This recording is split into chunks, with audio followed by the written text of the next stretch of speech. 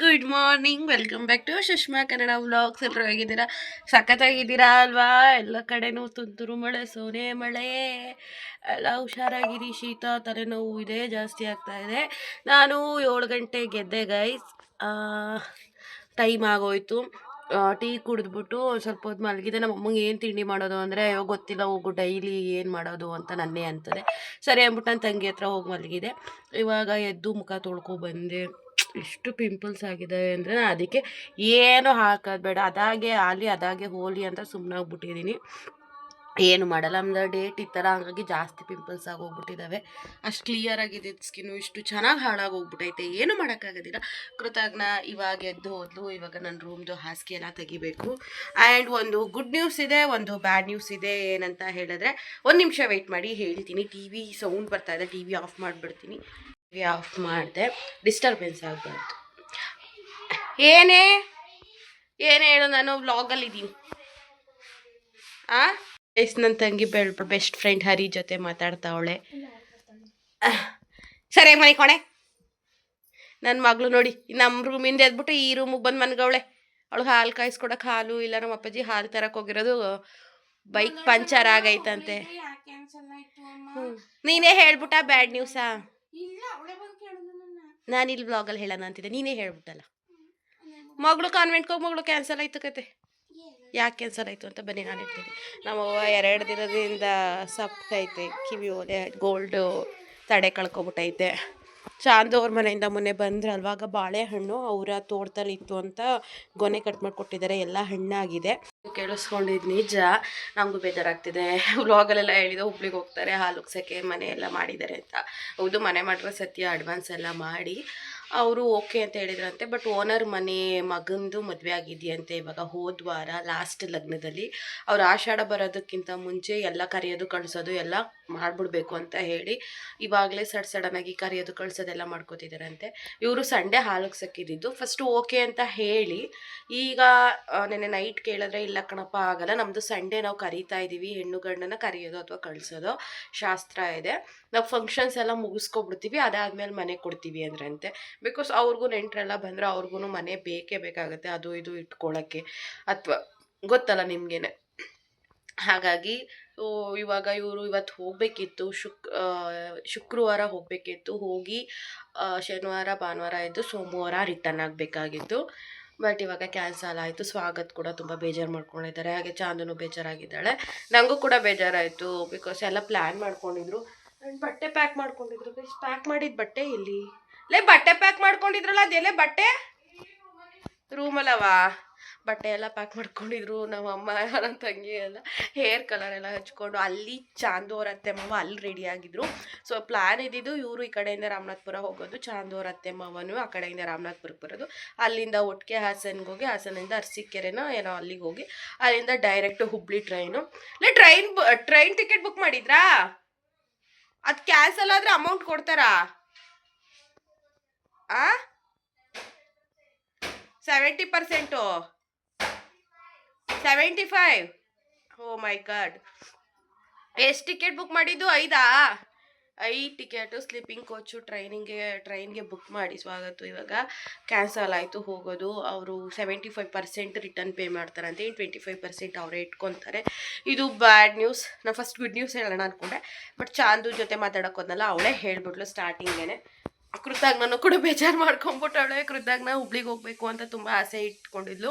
ಯಾಕಮ್ಮ ಕ್ಯಾನ್ಸಲ್ ಆಯಿತು ಹುಬ್ಳಿಗೆ ಹೋಗೋದು ಅಂತ ಅವಳು ಬೇಜಾರು ಮಾಡ್ತಾ ಇದ್ದಾಳೆ.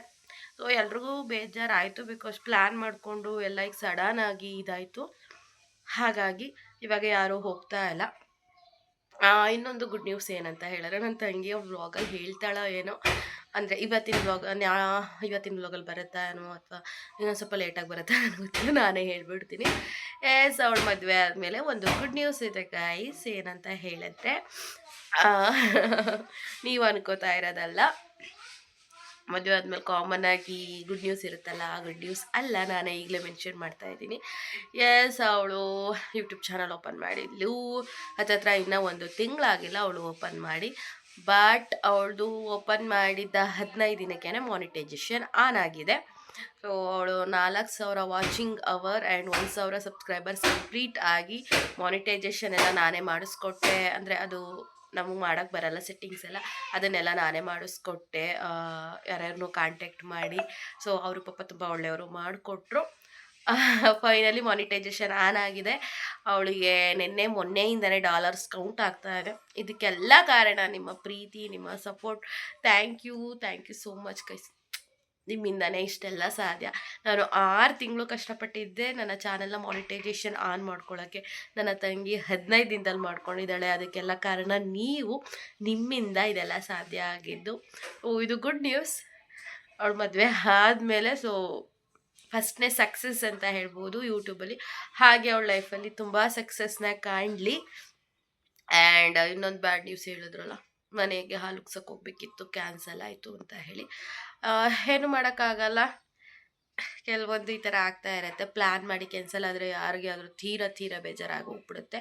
ಇರಲಿ, ಇವಾಗ ನಮ್ಮ ದಿನನಿತ್ಯದ ಕೆಲಸ ಏನು, ನನ್ನ ರೂಮ್ ಹಾಸಿಗೆ ಎಲ್ಲ ಕ್ಲೀನ್ ಮಾಡಿ ಇವಾಗ ಮನೆ ಕಸ ಗುಡಿಸ್ಬೇಕು. ತಿಂಡಿ ಏನು ಮಾಡಬೇಕು ಅನ್ಕೋತಿಲ್ಲ. ವಾಂಗಿಬಾತ್ ಮಾಡ್ತೀನಿ ಅಂದರೆ ಬದನೆಕಾಯಿ ಇದ್ದಾವೆ. ನನ್ನ ತಂಗಿಗೆ ವಾಂಗಿಬಾತ್ ತಿಂದರೆ ಗಂಟ್ಲು ನೋವು ಬರತ್ತಂತೆ. ಅವಳಿಗೆ ಗಂಟ್ಲು ನೋವು ಬಂದರೆ ಮನಿಕೊಂಬಿಡ್ತಾಳೆ ಫುಲ್ಲು. ಏನು ತಿಂಡಿ ಮಾಡೋದು ಗೊತ್ತಿಲ್ಲ. ಈಗ ಅವ್ರು ತಿಂಡಿ ಮಾಡ್ತಾರೋ ಮಾಡಲ್ವೋ. ನಾನಿವಾಗ ರೆಡಿ ಆಗಿಬಿಟ್ಟು ಹೊರಡ್ತೀನಿ ಡ್ಯೂಟಿಗೆ. ಬನ್ನಿ ಡ್ಯೂಟಿಗೆ ಹೋಗೋಣ ಗೈಸ್. ಡ್ಯೂಟಿಗೆ ಹೋಗೋಕ್ಕೆ ಮುಂಚೆ ಸ್ವಲ್ಪ ಕ್ಲೀನಿಂಗ್ ಮಾಡ್ಕೊಂಡು ಹೋಗೋಣ. Rice white jeera rice ready ಆಗಿದೆ. ಇದಕ್ಕೆ ಆವಾಗಲೇ ಜೀರಿಗೆ ಹಾಕೋದನ್ನೇ ಮರ್ತ್ಕೊಂಡವಳೆ. ಈಗ ಬೆಳ್ಳುಳ್ಳಿ ಹಾಕಿದರೆ ಏನು ಸಖತ್ತಾಗಿ ಟೇಸ್ಟ್ ಬರೋದು ಗೊತ್ತಾ. ಬೆಳ್ಳುಳ್ಳಿ ಹಾಕಿದರೆ ಬೆಳ್ಳುಳ್ಳಿನೇ ಹಾಕಿಲ್ಲ, ಏನೋ ಹಾಕ್ತಾರೆ ಹೆಂಗೆಂಗೋ ಮಾಡೋಳೆ. ಒಟ್ಟಿಗೆ ಚೆನ್ನಾಗೈತೆ ಗೈಸ್. ಈಗ ತಿಂದ್ಬಿಟ್ಟು ನಾನು ಹೊರಡ್ತೀನಿ. 40ಕ್ಕೆ ಮನೆಗೆ ಬಂದೆ, ಸಾರಿ 5:35 ಬಂದೆ. ಸಾಲಿಗ್ರಾಮದಲ್ಲಿ ಇಮಿಡಿಯೇಟಾಗಿ ನಂಗೆ ನಮ್ಮೂರ ಒಂದು ಅಣ್ಣಂದು ಬೈಕ್ ಗಾಡಿ ಸಿಕ್ತು. ಅಡ್ಡೆ ಹಾಕ್ತೆ ಕರ್ಕೊಬಂದರು. ಬರ್ತಿರಂಗೆ ಫ್ರೆಶ್ ಅಪ್ ಆದೆ. ನನ್ನ ತಂಗಿ ಟೀ ಕೇಳಿದೆ, ಟೀ ಕೊಟ್ಟರು. ಇವಾಗ 5:51 ಗಾಡಿ ಪ್ರಾಕ್ಟೀಸ್ ಮಾಡೋಣ ಅಂತೇಳಿ ಹೋಗ್ತಾ ಇದ್ದೀನಿ. ಬರೀ ಅವಳು ಪಾಡ್ಕೊ ಅವಳು ಬರ್ಕೋತಾಳೆ, ನಿನ್ನ ಪಾಡೋ ನೀನು ಬರ್ಕೊ. ಚಿನ್ನು ನೀನು ಮಾತಾಡೋದಕ್ಕೆ ಇಷ್ಟೊತ್ತಿಗೆ ಅದು ಬರಿಬೋದಿತ್ತು ತಾನೇ. ನಾನು ಬಂದೆ ಎಷ್ಟೊತ್ತಾಯ್ತು.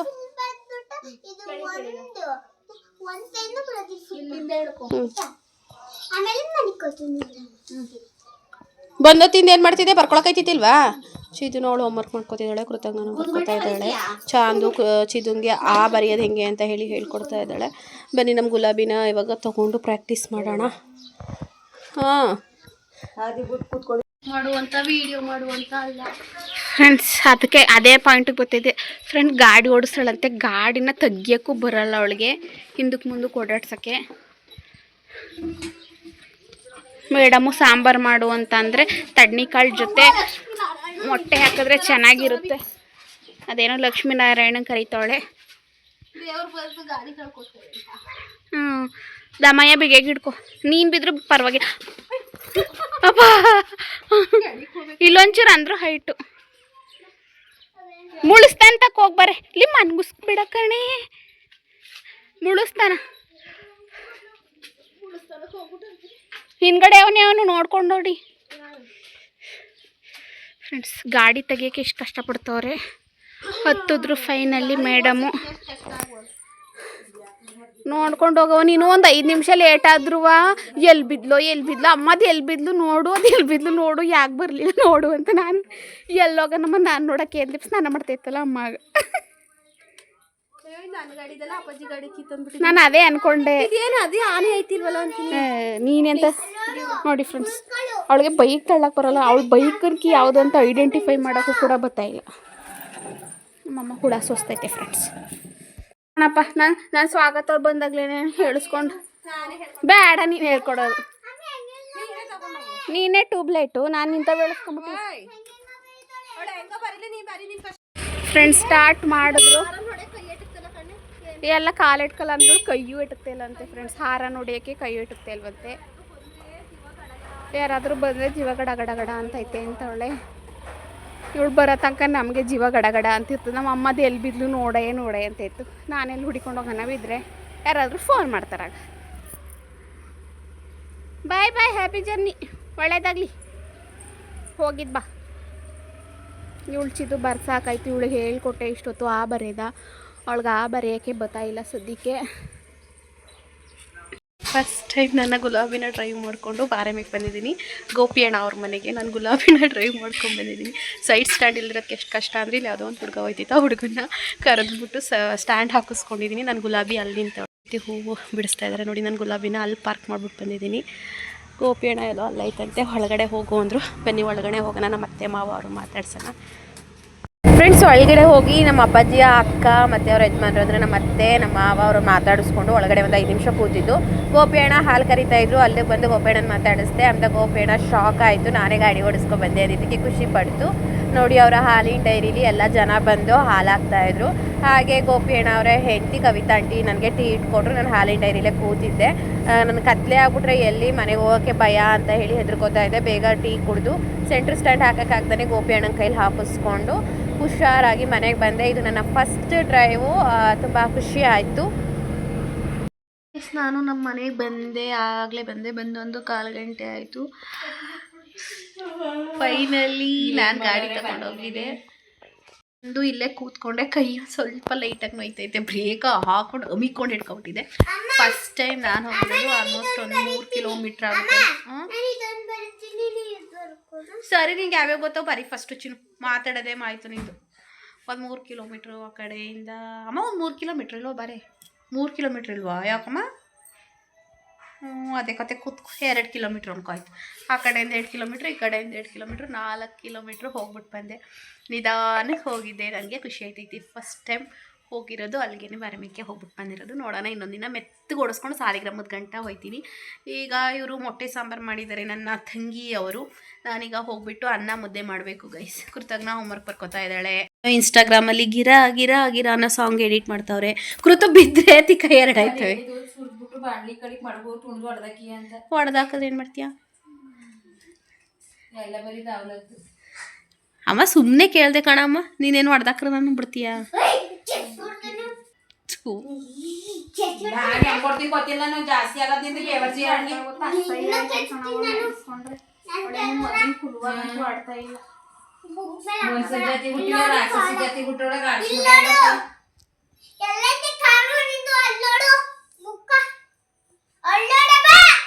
ಚಿನ್ನು ಸುಂಬು ಅರ್ಕೋ ಚಿನ್ನು. ಚಾಂದು ಬುಕ್ ಮೇಲೆ ಕಾಲು ಹಾಕೋತಾರ ತಗ್ಗಿ. ನಡಿ ನಮ್ಮ ರೂಮ್ಗೆ ಕೂತ್ಕೊಂಡ್ ನಡಿ. ನಮ್ಮ ರೂಮಲ್ಲಿ ಒಬ್ಬಳೆ ಕೂತ್ಕೊಂಡು ನಾನು ಅನ್ನ ಮುದ್ದೆ ಮಾಡ್ತೀನಿ. ನಡಿ ಕೂತ್ಕೊಂಡು ಓದ್ಕೊಂಬರ್ಕೋಗು ನೋಡಿ. ಆ ಮನೆಯಿಂದ ಈ ಮನೆಗೆ ಬಂದ್ಲೆ. ಯಾಕಂದ್ರೆ ಕುರ್ತಂಗೆ ಚಳಿ ಸೆಕೆ ಆಯ್ತೈತೆ. ನಮ್ಗೆಲ್ರಿಗೂ ಚಳಿ ಆಯ್ತೈತೆ.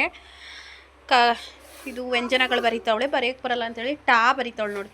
ಚಾ ಬಿಟ್ಬಿಟ್ಟು ಟಾ ಒಂದು ಈಸಿ ಅಲ್ವ ಬರೀತಾವಳೆ. ನಾನಿಲ್ಲಿ ನೋಡಿ ನನ್ನ ತಂಗಿ ನಾನು ಪಾಪ ರೈಡ್ ಹೋಗಿದ್ನಲ್ವ, ಬರೋ ಅಷ್ಟರಲ್ಲಿ ಮೊಟ್ಟೆ ಸಾಂಬಾರು ಮಾಡಿದ್ದಾಳೆ. ಅನ್ನಕ್ಕೆ ಇಟ್ಟಿದ್ದೀನಿ. ಬೆಳಗ್ಗೆ ಮಾಡಿರೋ ಅನ್ನನೇ ನೋಡಿ ಇಷ್ಟೊಂದು ಉಳ್ಕೊಂಬಿಟ್ಟೈತೆ. ಅದಕ್ಕೆ ಸ್ವಲ್ಪ ಅನ್ನ ಇಟ್ಟು ಮಾಡಿದ್ದೀನಿ. ಇವಾಗ ಮುದ್ದೆ ಮಾಡಬೇಕು. ಮುದ್ದೆ ಮಾಡಿ ಊಟ ಮಾಡಿ ಅವಳಿಗೆ ಸ್ವಲ್ಪ ಹೋಮ್ವರ್ಕ್ ಮಾಡಿಸಿ ಮಲ್ಕೋಬೇಕು. ನಾನು ಮಮ್ಮಿ ಟಿ ವಿ ನೋಡ್ತಾ ಇದ್ದೆ. ನಮ್ಮ ಡ್ಯಾಡಿ ಇನ್ನೂ ಕೆಲಸದಿಂದ ಬಂದಿಲ್ಲ. ಚಿನ್ನಿಗೆ ಎಷ್ಟು ಬರೆಯಕ್ಕೆ ಬರ್ತದೆ ಅದು ಬರೀ ಮಿಕ್ಕಿದ್ದು ನಾನು ಹೇಳ್ಕೊಡ್ತೀನಿ. ಕೈ ಹಿಡ್ಕೊಂಡು ಬರೆಸ್ತೀನಿ. ಚಾ ಬರೆಯಕ್ಕೆ ಬರ್ತದೆ ನಿಂಗೆ? ಚಾ ಬರುತ್ತೆ. ನಿಮ್ಮ ಟೀಚರ್ ಫೋನ್ ಮಾಡಿ ಹೇಳೋನೋ ಬರಿತೀಯೋ? ಹೆಂಗೆ ಬರುತ್ತೆ ಹಂಗೆ ಬರೀ. ಅವ್ರೇನು ಬೈತಾರೆ ನಿಂಗೆ? ಅಲ್ಲಿ ಚಾ ಫಸ್ಟ್ ಒಂದು ಚಾ. ಹಾಂ ಅದು ಬರೆಯಕ್ಕೆ ಬರುತ್ತಲ್ಲ ನಿನಗೆ. ನೀನು ಬರಿತೀಯ ಅಂತ ನನಗೆ ಗೊತ್ತು. ನೀನು ಸುಳ್ಳು ಹೇಳ್ಬಿಡ. ನೀನು ನನ್ನ ಹತ್ರ ಈ ಚಳಿಲಿ ಶೆಕೆ ಆಯ್ತದೆ ಅಂತ ಫ್ಯಾನ್ ಹಾಕಿಸ್ಕೊಂಡಿದ್ಯಾ? ಸುಂಬರಿ ಕೃತು ಬಂದಿಲ್ಲ. ಇಲ್ಲ ಕಣಪ್ಪಾಜಿ. ನಿಂಗೊಂದು ವಿಚಾರ ಆಗುತ್ತಾ? ನಂಗೆ ಗೋಪಿ ಅಣ್ಣ ಅವ್ರ ಮನೆಗೆ ಸ್ಕೂಟಿ ತೊಗೊಂಡೋಗಿದೆ. ಓಡಿಸ್ಕೊ ಬಂದೆ. ಏನದು ಗೋಬಿಯಾ? ಯಾಕೆ ಅವಳು ಕರಿ ನಿನ್ನ ಕಿರಿ ಮಗಳು ಓಡ ಬತ್ತಾಳೆ. ಚಾಂದು ತಳಾರ್ಕೆ ಹೋಗಿದೆ. ತಳಾರ್ಕೆ ಬಂದಿದೆ. ಗೋಬಿ ಅಮ್ಮಂಗೆ ಚಾಂದಮ್ಮ ಕರೀರಿ. ಬೇಗ ಕರೀರಿ. ಫ್ಯಾನ್ ಆಫ್ ಮಾಡಿ ಮಗಳು. ಬರ್ಕೊ ಮಗನು ಗೊಂಪೆ ಮಗನು. ಚಾಂದು ಕಮಾನ್. ಯಾಕೆ ನಿಂಗೆ ಎಂತಾರ ಹೋಗ್ಬತ್ತು? ನನಗೆ ಇಲ್ಲೇ ಇಟ್ಕೊಂಡು ಫೋನ್ ಮಾಡಿದ್ರೆ ಇನ್ನೇನಂತಾರೆ? ಅದು ಒಳ್ಳೆ ಪದ. ಏನು ಮಗಳು ಬಾ ಗೋಬಿ ತಿನ್ನು ಆಮೇಲೆ ಬರ್ಕೊಳ್ಳಿ. ಮಗಿಗೋಸಿ ಹೋಮ್ವರ್ಕ್ ಬರ್ಕೊಡವ ಪಾಪ. ಸಣ್ಣದು ತಾನೆ ಅದು. ಸಣ್ಣದು ಸುಮ್ಮನಿರು. ಅದಕ್ಕೆ ಇರಿಟೇಟ್ ಆಗಿ ರೂಮ್ ಬಂದಿದ್ದೀನಿ. ದಮಯ್ಯ ನಿನ್ನ ಮಗವ ನೀನೇ ಮಾಡಿಕೊಂಡು ನಂಗಂತೂ ಬೇಡ. ನಿನಗೇನು ಕೊಡಕ್ಕೆ ಬಂದಿದ್ದ ನಾನು ನನ್ನ ಮಗ? ನಂಗೇನು ಹೇಳಬೇಡ. ಸರಿ ಬಾ ಗೋಬಿ ತಿನ್ನೋಣ ಈಗ ಪಟಪಟ್ನ ಬಾ. ಮನೆ ಹಾಡಿ ಸುಮ್ಮನೆ ರಮ್ಮಂಗೆಲ್ಲ ಮಾತಾಡಬಾರ್ದು ಅನ್ಮಕ್ಕರ ನಡಿ ಮಗ್ನ ತಟ್ಟೆ ಬಟ್ಲು ತರಗು ಬಟ್ಲು ಸ್ಪೂನ್. ಫ್ರೆಂಡ್ಸ್ ನಮ್ಮನೆ ಹಸಿ ತಡ್ನಿಕಾಳು ಮೊಟ್ಟೆ ಸಾಂಬಾರು. ಈ ಮುದ್ದೆ ನೋಡಿ ಇಷ್ಟೇ ಮುದ್ದೆ ಮುರಿದಿಟ್ಟಿದ್ದಾರೆ.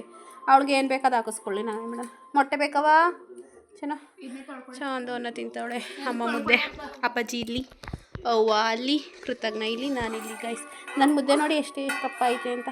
ಹಸಿ ತಡ್ನಿಕಾಳು ಮೊಟ್ಟೆ ಸಕ್ಕತ್ತಾಗಿರುತ್ತೆ. ನೀವು ಒಂದ್ಸಲ ಮನೇಲಿ ಟ್ರೈ. ಊಟ ಮುಗಿಸ್ಕೊಬಂದು ಕೃತು 3-4 ದಿನದಿಂದ ಹೋಗಿರ್ಲಿಲ್ವಲ್ಲ, ಹೋಮ್ವರ್ಕ್ ಸ್ವಲ್ಪ ಜಾಸ್ತಿ ಇತ್ತು. ಅವಳು ಬರೀ ಅಂದರೆ ನಿಜವಾಗ್ಲೂ ಅವಳು ಬರೀಲೆಲ್ಲ ಸ್ವಲ್ಪ ಬರೋದು, ಇನ್ನೊಂದು ಸ್ವಲ್ಪ ನಾನು ಬರೆದುಕೊಟ್ಟೆ. ಆ್ಯಂಡ್ ಇದು ಲಾಸ್ಟ್ ಟೈಮ್ ಇನ್ನು ಯಾವಾಗಲೂ ಬರೆದುಕೊಡಲ್ಲ ಅಂತ ಹೇಳಿ ನಾನೇ ಬರೆದುಕೊಟ್ಟಿದ್ದೀನಿ. ಆಲ್ಮೋಸ್ಟ್ ಒಂದು 9-3 ಗಂಟೆ ಹೋಮ್ವರ್ಕ್ ಬರೆಸಿದ್ದಾಯಿತು. ನನಗಂತೂ ತುಂಬ ನಿದ್ದೆ ಬರ್ತಾವೆ. 8:30-9 ಗಂಟೆಗೆ ಮಲ್ಕೊಂಡು ಫುಲ್ಲು ನಿದ್ದೆ ಅಂದರೆ ನಿದ್ದೆ. ಬಟ್ ಏನು ಮಾಡೋದು, ಹೋಮ್ವರ್ಕ್ ಮಾಡಿಸ್ಲೇಬೇಕಿತ್ತಲ್ವ. ಆಲ್ಮೋಸ್ಟ್ 9:50 ಆಯಿತು ಹೋಮ್ವರ್ಕ್ ಮಾಡಿ. ಆಮೇಲಿಂದ ಅವಳನ್ನ ವಾಶ್ರೂಮ್ಗೆಲ್ಲ ಕಳಿಸ್ಬಿಟ್ಟು ಅವಳ ಹಾಸಿಗೆ ಎಲ್ಲ ಹಾಸಿ ನಾನು ಒಂದು 10 ನಿಮಿಷ ಫೋನ್ ನೋಡಿ ಮಲ್ಕೊಂಡೆ. ಈ ವ್ಲಾಗ್ನ ಇಲ್ಲಿ ಏನು ಮಾಡ್ತಾಯಿದ್ದೀನಿ. Thank you, bye.